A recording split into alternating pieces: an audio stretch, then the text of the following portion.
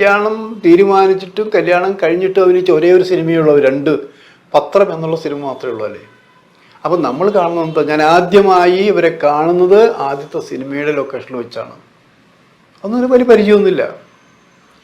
അന്ന് ഈ അഭിനയിക്കാൻ വന്ന ഈ യുവതി എന്ന് വെച്ചാൽ 16 വയസ്സായിട്ടുള്ളന്ന് അഭിനയിക്കുമ്പോൾ അത് ഒറിജിനലായിട്ട് വരിക, കൊല്ലുമ്പോൾ ഒറിജിനലായിട്ട് കൊല്ലുക, തൂങ്ങി മരിക്കുമ്പോൾ ഒറിജിനൽ തൂങ്ങി, ഇതൊക്കെ ധരിച്ചു വെച്ചിരിക്കുന്നുണ്ട്.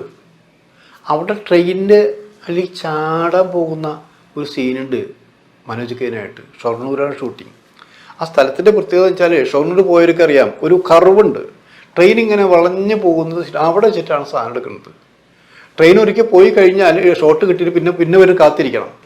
അങ്ങനെ ഒറിജിനലായിട്ട് നോക്കി നോക്കുമ്പോൾ ഈ ക്യാമറ സ്റ്റാർട്ടെല്ലാം ഉള്ളി നോക്കുമ്പോൾ ഇവർ ആ ട്രെയിനിൻ്റെ അടിയിലേക്ക് കുറച്ച് പോകുന്ന സീനാണ് കാണുന്നത്. അവിടെ എന്തോ മനസ്സിലാക്കി മനോജ് ചെയ്യാൻ അടിക്കൊടുത്ത് രക്ഷപ്പെടുത്തേണ്ടായിരിക്കുന്നത്. അതാണ് അഭിനയത്തിൻ്റെ കാര്യത്തിൽ മഞ്ജു വാര്യർക്ക് ഇൻവോൾവ്മെൻ്റ് എന്ന് ആലോചിക്കണം. അത് കഴിഞ്ഞു വന്നില്ലേ, മലയാള സിനിമയ്ക്കൊരു സൂപ്പർ നായിക നടിയാണ് എന്ന് മഞ്ജു വാര്യർ തെളിയിച്ചു കഴിഞ്ഞിട്ടുണ്ട്. പിന്നെ നമ്മൾ കാണുന്നത് നമ്മൾ പിന്നെ കുറേ നല്ല സിനിമകളിൽ കാണുന്നത് കന്മതത്തിൽ ഒരു ഗ്ലാമർ വേഷമില്ല, സൂപ്പറായിട്ട് ചെയ്തിട്ടില്ലേ. ഒരുപക്ഷെ ദേശീയ തലത്തിൽ അംഗീകരിക്കപ്പെടേണ്ട ഒരു കഥാപാത്രമായിരുന്നു എന്ന് ആലോചിക്കണം. അത് കഴിഞ്ഞിട്ട് നമ്മളെന്താ ഈ കണ്ണെഴുതി പൊട്ടും തൊട്ട് കണ്ടിട്ടുണ്ടോ?